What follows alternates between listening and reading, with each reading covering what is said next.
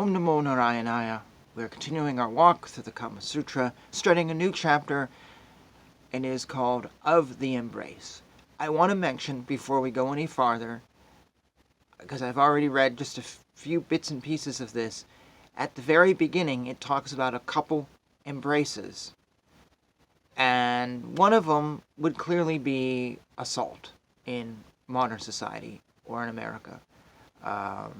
Some may say it's not probably going to be rape, but it's definitely going to be assault.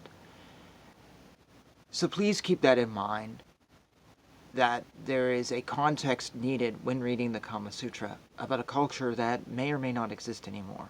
And certainly for those of us in the West, is a little bit cringy. Here we go. Of the embrace. Now the embrace which indicates the mutual love of a man and woman who have come together is of four kinds: touching, rubbing, piercing, pressing. The action in each case is denoted by the meaning of the word which stands for it.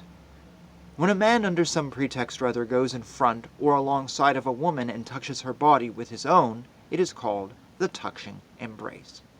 When a woman in a lonely place bends down, as if to pick something up, and pierces, as it were, a man sitting or standing with her breasts, and the man in turn takes hold of them, it is called a piercing embrace. The above two kinds of embrace take place only between persons who do not, as yet, speak freely to each other. When two lovers are walking slowly together, either in the dark, or in a place of public resort, or in a lonely place, and rub their bodies against each other, it is called a rubbing embrace. When the above occasion one of them presses the other's body forcibly against a wall or pillar, it is called a pressing embrace. These last two embraces are peculiar to those who know the intentions of each other. At the time of meeting, the four following kinds of embrace are used: Jadaveshtitaka, or the twining of a creeper; Vriksha Hirodaka, or the climbing of a tree; Tila Tandulaka, or the mixture of sesame seed with rice; Krishraniraka, or milk and water embrace. My apologies for my lousy Sanskrit pronunciation. When a woman clinging to a man as a creeper twines around a tree, bends his head down to hers with the desire of kissing him, and slightly makes the sound of sut sut, embraces him, and looks lovingly towards him, it is called an embrace like the twining of a creeper. When a woman, having placed one of her feet on the foot of her lover, and the other on one of his thighs, presses one of her arms round his back, and the other on his shoulders, makes slightly the sounds of singing and cooing, and wishes, as it were, to climb up him in order to have a kiss, it is called an embrace like the climbing of a tree. These two kinds of embrace take place when the lover is standing. When lovers lie on a bed, and embrace each other so closely that the arms and thighs of one are encircled by the arms and thighs of the other, and are, as it were, rubbing against them, this is called an embrace like the mixture of sesame seed with rice. When a man and woman are very much in love with each other, and not thinking of any pain or hurt, embrace each other as they were entering into each other's bodies, either while the woman is sitting on the lap of the man, or in front of him, or on a bed, then it is called an embrace like a mixture of milk and water. These two kinds of embrace take place at the time of sexual union. Bab Ravya has thus related to us the above 8 kinds of embraces. Suvar Nanaba, moreover, gives us 4 ways of embracing simple members of the body, which are the embrace of the thighs, the embrace of the jagana, part of the body from the navel downwards to the thighs, the embrace of the breasts, the embrace of the forehead. When one of two lovers presses forcibly one or both of the thighs of the other between his or her own, it is called the embrace of the thighs. When a woman presses the jagana,